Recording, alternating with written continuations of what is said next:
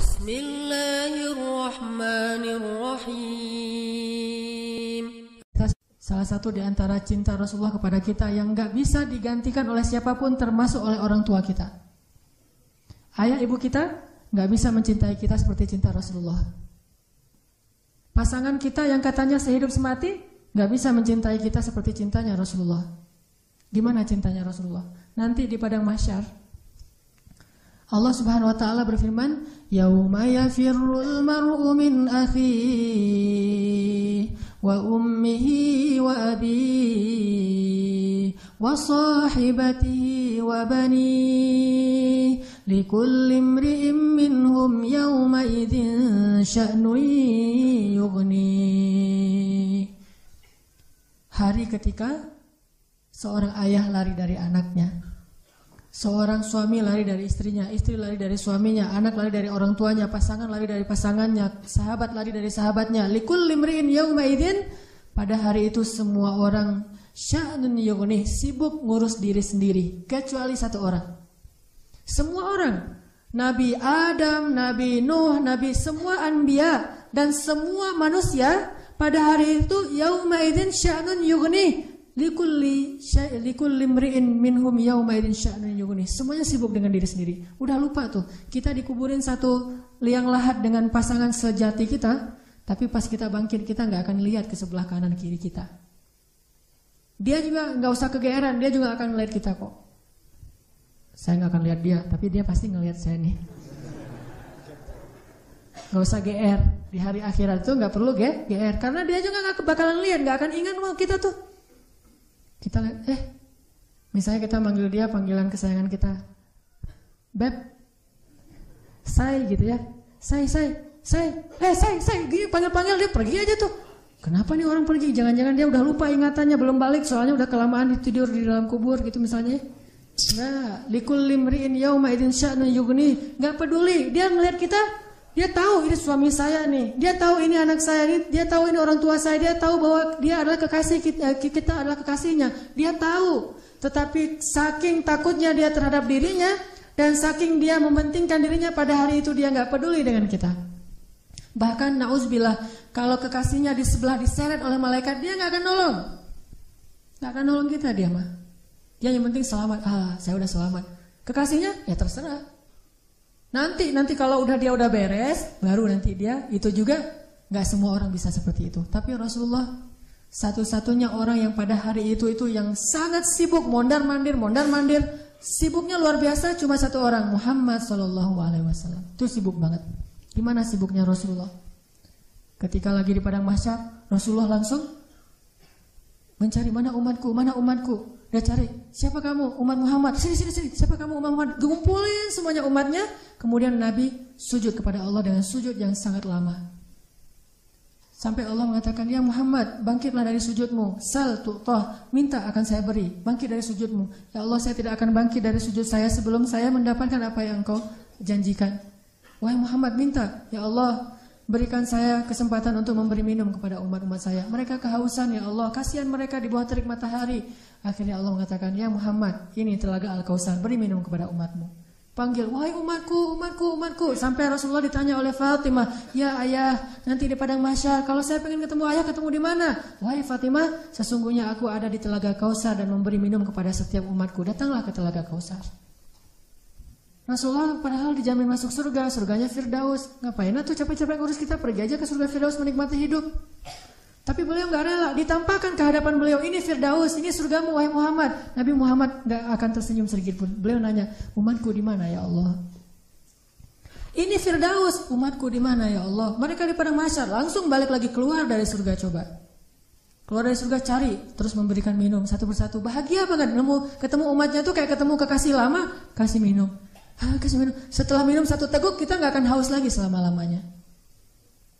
Ketika seorang ayah, ibu, kekasih meninggalkan kita, Rasulullah mencari kita. Di mana fulan? Di mana fulan? Jadi ketika semua orang ngelupain kita, dan gak salah mereka ngelupain kita karena kita juga ngelupain mereka. Jadi jangan ke istri ya ngomongnya, Mama, papa gak akan cinta-cinta banget sama Mama. Kenapa Pak? nanti mama pasti akan ngelupain papa. Enggak kok pak, nggak akan lupa. Lupa. Kapan pak? Nanti di akhirat. Oh iya, papa juga gitu kan? Iya sih. Di situ emang semua orang saling melupakan, dan saling melupakan itu bukan karena Allah mencabut memori dan ingatan kita, karena memang kita mementingkan diri sendiri kecuali Rasulullah SAW. Di mana umatku ya Allah? Kasih minum satu-satu. Setelah dikasih minum, Rasulullah SAW sujud lagi. Ya Muhammad, kenapa engkau sujud? Sujudnya lama banget sambil menangis di hadapan Allah. Ya Rabbi, ya Rabbi, ya Rabbi. Terus Allah mengatakan, bangun ya Muhammad, aku berikan apa yang kau minta. Ya Allah, selamatkanlah umatku dari sirat. Langsung Nabi meminta kepada Allah kayak gitu, kata Allah, maka tunggulah mereka di ujung sirat. Nabi menunggu kita di ujung sirat sambil mengatakan, Allahumma salim salim, Allahumma salim salim. Ya Allah selamatkan, ya Allah selamatkan. Maka yang amalnya banyak dia lewat. Ada juga yang jatuh ke dalam neraka.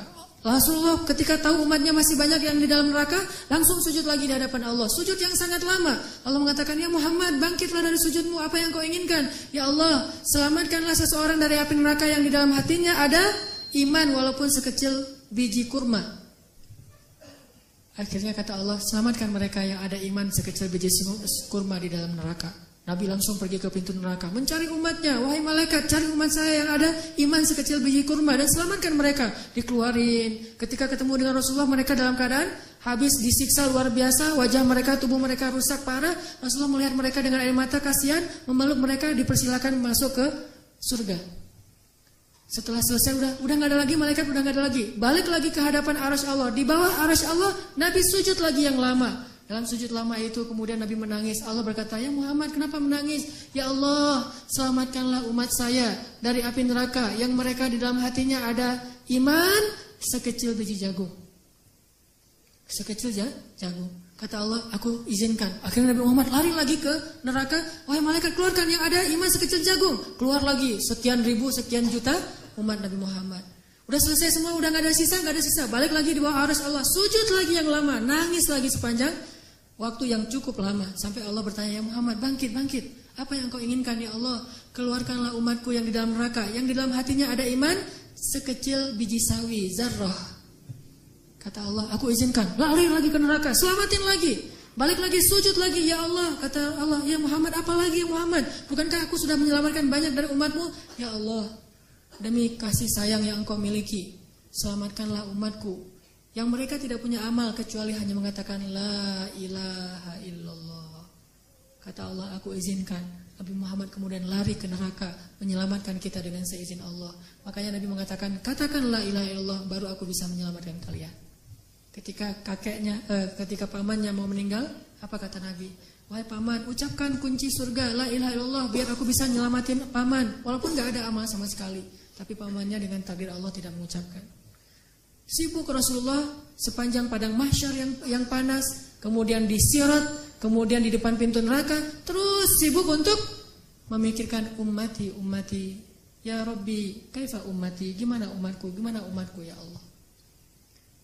Rasulullah hanya membukakan pintu surga untuk kita, tapi beliau tidak masuk surga. Kita yang disuruh masuk surga, beliau keluar lagi, sibuk lagi dengan yang lain. Kita yang difikirkan oleh Rasulullah SAW. Apakah orang tua kita bisa melakukan itu nanti di akhirat? Tidak. Cinta yang paling besar dari Rasulullah. Gak lupa sama kita, kenal juga enggak. Bahkan kita berselawat kepada beliau aja males. Beliau tidak menyelamatkan, ya Allah selamatin aja orang yang berselawat kepada saya. Yang gak mau selawat gak usah. Enggak. Yang ada iman sekecil zarrah, yang ada iman sekecil jagung, yang ada iman sekecil biji kurma, gak masalah, yang penting umatku ya Allah, selamatkan mereka. Sampai pernah orang kalau sakaratul maut itu kan sakitnya luar biasa ya. Dan kita tahu adegan sakaratul maut Rasulullah. Apa yang beliau panggil? Ummati. Umatku. Ketika beliau haji wada, apa yang beliau ucapkan? Sampaikan apa yang kalian dengar ini kepada umatku yang tidak mendengar, kepada kaum muslimin yang tidak mendengar. Akhirnya riwayat itu sampai kepada kita. Terus mikirin kita. Hingga suatu hari Nabi lagi duduk bersama sahabat. Nabi bilang gini, wahai para sahabat, tahukah kalian siapa manusia yang paling dicintai oleh Allah? Dan aku juga mencintainya. Kata para sahabat, para nabi ya Rasul. Kata Rasul, kalau para nabi wajar dicintai oleh Allah. Mereka itu adalah utusan-utusan Allah. Mereka dapat wahyu dari Allah. Mereka langsung berbicara dengan Allah seperti Musa. Wajar dicintai oleh Allah, tapi bukan itu maksud saya. Oh, kalau gitu para sahabat-sahabat Nabi seperti kami ya Rasul. Kalau kalian bertemu dengan aku, wajar jika Allah mencintai kalian. Wajar jika aku mencintai kalian karena kalian bertemu dengan aku. Dan kalian menjadi orang-orang yang langsung melihat mukjizatku. Tapi ada yang lebih dicintai oleh Allah daripada kalian. Siapa ya Rasulullah? Mereka adalah umatku yang datang setelah kalian. Mereka tidak pernah melihat aku, tetapi mereka beriman kepadaku dan mencintaiku, mengikuti sunnahku. Aku rindu kepada mereka. Kalian adalah sahabat-sahabatku, tapi mereka adalah keluargaku, kata Rasulullah SAW. Kita ini dianggap keluarga Rasul, Ahlul Bait loh. Bukan kita yang ngaku-ngaku Rasulullah keluarga kita. Itu mah wajar banget. Orang kita orang biasa, Rasulullah orang luar biasa. Tapi Rasulullah ngaku kita sebagai keluarganya. Padahal Rasulullah tahu gak semua dari kita itu setia kepada beliau. Yang marah ketika nama beliau dicoreng. Yang marah ketika tentang beliau itu diselewengkan. Yang marah ketika beliau dihina. Gak semua dari kita punya kesetiaan yang besar kepada beliau. Tapi beliau menganggap kita keluarganya. Beliau rela menghabiskan hidupnya dalam kesusahan demi supaya hidayah ini sampai kepada kita. Siapa sih yang mau susah payah untuk kita kalau bukan karena mencintai kita?